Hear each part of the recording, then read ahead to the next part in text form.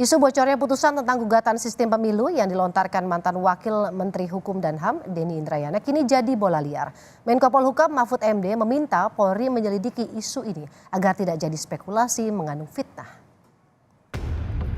MK harusnya tidak masuk ke dalam sistem pemilu. Putusan di tengah jalan semacam ini akan mengganggu proses pemilihan umum legislatif. Denny juga supaya menjelaskan bahwa itu benar dan itu nanti tentu akan terlihat dalam perjalanan waktu siapa yang benar, siapa yang salah.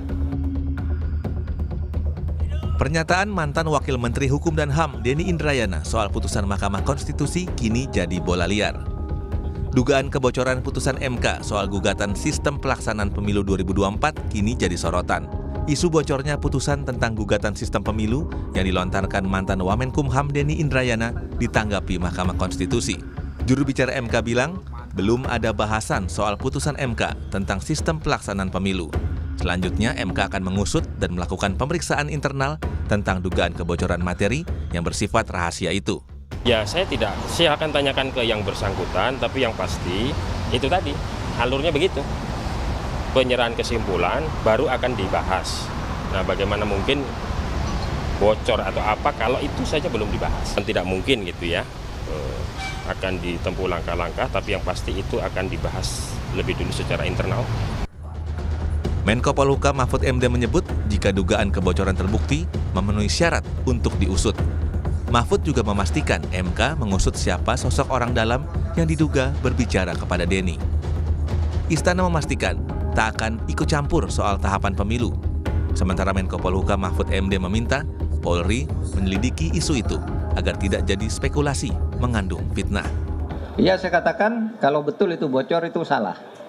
Yang salah satu yang membocorkan yang di dalam, saya tadi sudah ke MK supaya diusut siapa di dalam yang suka bicara itu.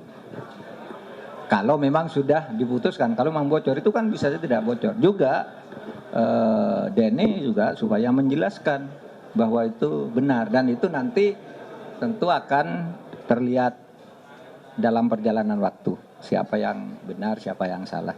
Tapi tidak boleh sebuah putusan belum diketok. Sebelum putusan betul diketok itu tidak boleh bocor. Setali tiga uang, Kapolri Jenderal Listio Sigit Prabowo bilang ada permintaan Menko Polhukam agar Polri mengusut dugaan bocornya putusan MK terkait gugatan sistem pemilu. Kapolri sebut masih mengkaji langkah yang dilakukan selanjutnya, serta ada tidaknya peristiwa pidana di dalamnya. Untuk membuat terang tentang peristiwa yang terjadi, tentunya kami saat ini sedang merapatkan untuk langkah-langkah yang bisa kita laksanakan untuk membuat semuanya menjadi jelas. Dan tentunya kalau kemudian ada peristiwa pidana di dalamnya, tentunya kita akan mengambil langkah lebih lanjut.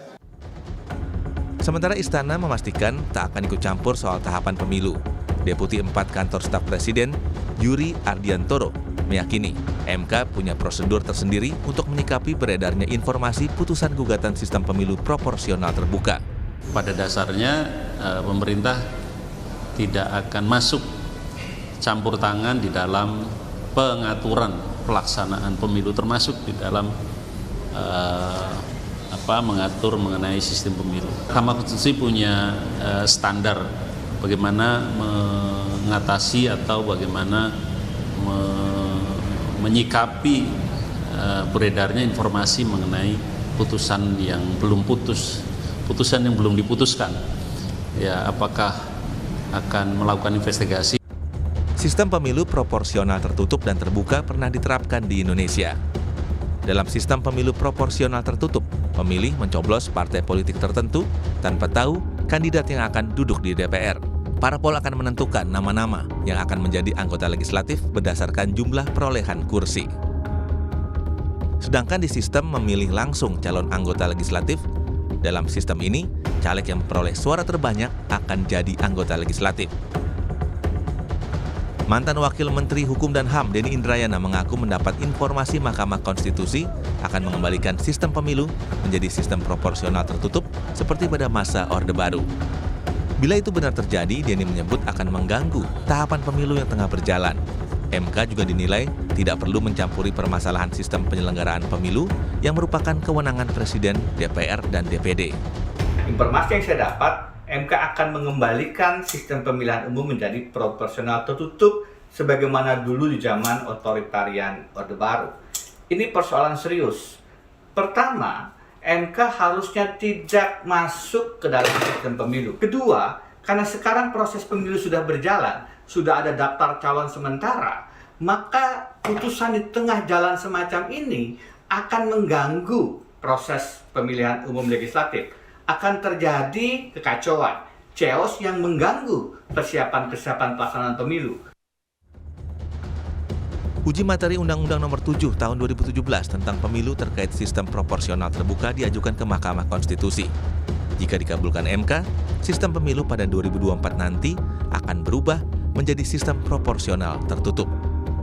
Tim Liputan, Kompas TV.